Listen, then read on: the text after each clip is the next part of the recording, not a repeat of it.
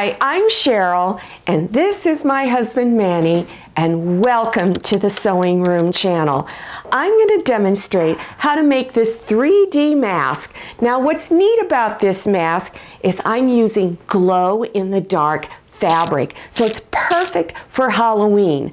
You can make these for children through adults, and I'll even show you how to measure your face and make a custom fit mask. So you can wear them to work, or if you're doing anything special for Halloween, it's a great way to keep the kids entertained. So let's get started. The glow-in-the-dark fabric that I'm using is from JOANN Fabrics Crafts, and it will be in the seasonal fabric section. You will probably find it near the front of the store. So whatever fabric you want to use on the back and the front, you'll need 1/4 yard. Interfacing 1/4 yard, and I'm using medium to heavy interfacing and not the fusible. And then elastic, you'll need about 5/8 of a yard of either 1/8 inch wide elastic or 1/4 inch wide elastic. Here's how you would measure the face for the mask.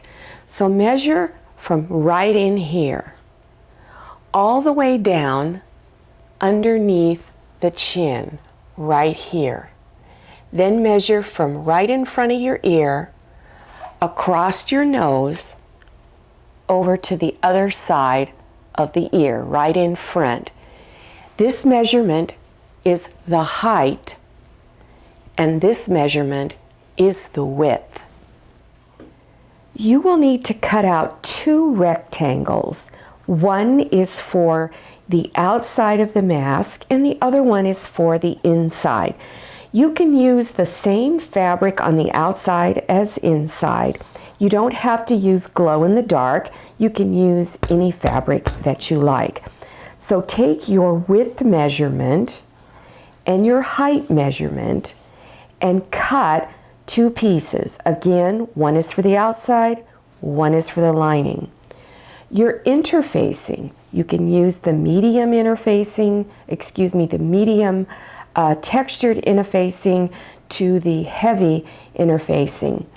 And you will cut that 3 inches shorter this way. You will use the same height measurement, but your width measurement will change to 3 inches shorter. Place the fabric for the outside, front side, or right side up. It's also called the pretty side. Take your lining fabric and you're putting the pretty side facing down. So you're bringing these 2 fabrics with the front of the fabrics together. Center your interfacing fabric in the middle. So you have about 1.5 inches of space here on each side. Then at the top edge and the bottom edge, do a machine basting stitch. Now trim all 4 corners. And I'll show you how to do that. You're going to go 2 inches over and 2 inches up this way. So I'm going to place my ruler right there on these 2-inch marks and then trim the corners off. So do that at all 4 corners. Now go in between the fabric for the outside and your lining and turn it front side out. Now reach inside and just push against your seams and those little somewhat pointed corners. You want to go around to all of the edges and do that. Then go to your ironing board and press it flat. While you're at your ironing board, you want to take the top and bottom edge and fold it over 2 inches and then press it, and do the same thing with the other side. Press it. Then after that, you want to go ahead and fold this over and place a pin at each end to hold it in place. And then you're gonna go to this end and pin it. Then go to this side and do the same thing. Fold it up and pin it like you did this end here. Now take your elastic piece, and I cut mine about 11 inches. It's going to be a different length for each individual, so you want to cut it just a little extra long than what you think you need, and then once it's completed, you'll tie it off and measuring it, tying it off. Okay, so take the elastic, fold this end over about 1/4 of an inch, then fold it again, and you want to keep the elastic as close to this fold as possible. Now once you do that second fold, you want to bring the edge here to right there. Then stitch across here. Now because this is so thick, I lengthen my stitch to 3.5. So I recommend you lengthen your stitch. So when you're done, it looks like this.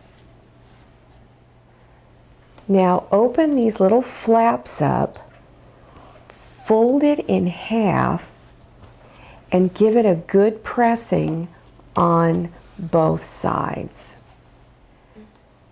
Tie your elastic together, so I advise you to try the mask on first to see how tight you need to do it.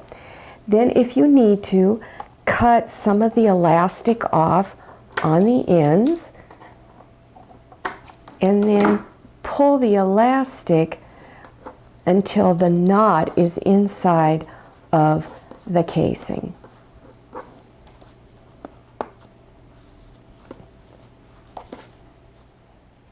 You can use this pattern to make masks for any time of the year. So here's one for a patriotic holiday, and here is one just for any everyday use. I hope you enjoyed this video. If you're interested in other face mask tutorials, check for the links below the YouTube screen. Thanks for watching and happy sewing! I hope you enjoyed this video. If you did, please click on the thumbs up button, and don't forget to click on share to share this video with your friends. If you haven't subscribed yet, click on that red subscribe button down there in the lower right-hand corner of your screen. Click on the bell so you can receive notifications about my latest videos.